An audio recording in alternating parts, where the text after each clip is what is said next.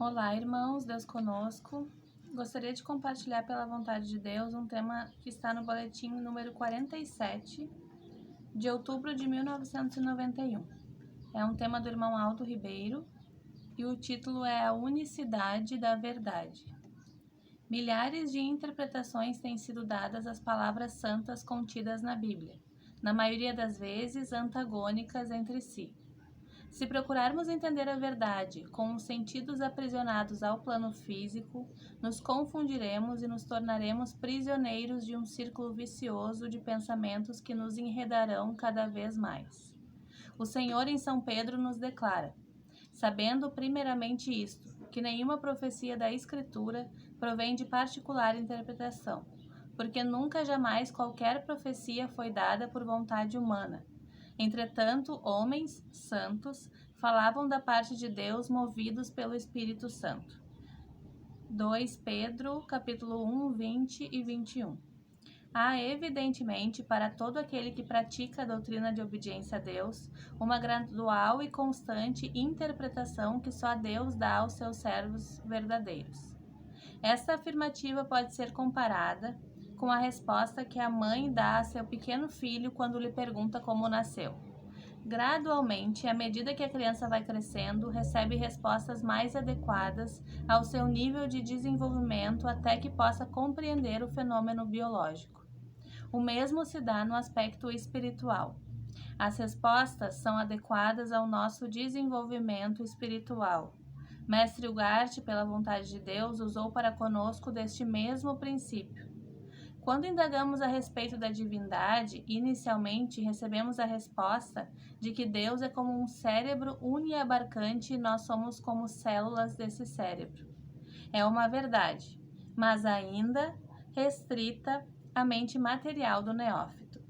Mais adiante, ante a curiosidade que o Espírito fez nascer em nós, ele nos satisfez com a resposta. O mistério trino de Deus fica perfeitamente esclarecido com o seguinte raciocínio: Deus Pai, Deus Filho e Deus Espírito Santo são três distintas manifestações do mesmo Espírito de Deus. A compreensão do mistério nos agradou naquele momento.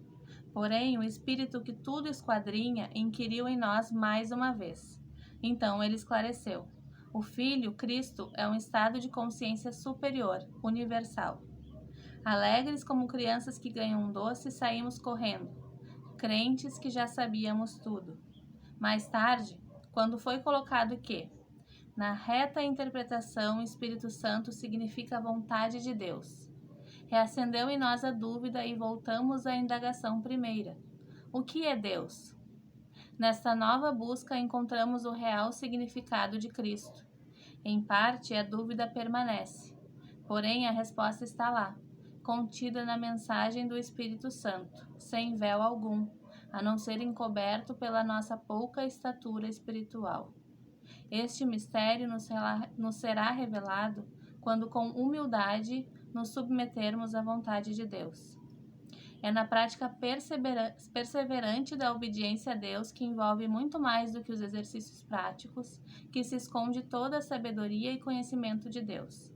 E é isso que devemos perseguir, como se dependesse de nós, para que um dia o Senhor nos faça entender a unicidade da verdade, escondida para aqueles que, como nós, que ainda não aprenderam a se humilhar diante do Pai, Deus Todo-Poderoso, nosso Senhor Jesus Cristo. Que o Senhor nos dê fortaleza, ânimo e conhecimento espiritual. Assim se encerra então o tema do irmão Aldo, mas eu gostaria de ler também uma outra parte que está na mesma página, que fala sobre o amor ao próximo. Diz-nos o Senhor que se nós não amarmos ao nosso irmão a quem conhecemos, como iremos amar a Deus a quem desconhecemos? No segundo grande mandamento, no resumo feito pelo Senhor, consta: amarás o teu próximo como a ti mesmo. Os seus discípulos perguntaram: quem é o nosso próximo? A divina resposta esclareceu a todos: amai os vossos inimigos e orai pelos que vos perseguem. E em São Paulo concluiu o Senhor: no que depender de vós, tende paz com todos os homens. O amor ao próximo não é sentimento humano, transcende a isto. É antes de tudo colocar-se no lugar do outro. É pensar no outro antes do que pensar em si mesmo. A manifestação de amor ao próximo se verifica nas mais variadas situações do cotidiano. O amor ao próximo lança fora o egoísmo individualista, gerador de todas as discórdias existentes no mundo.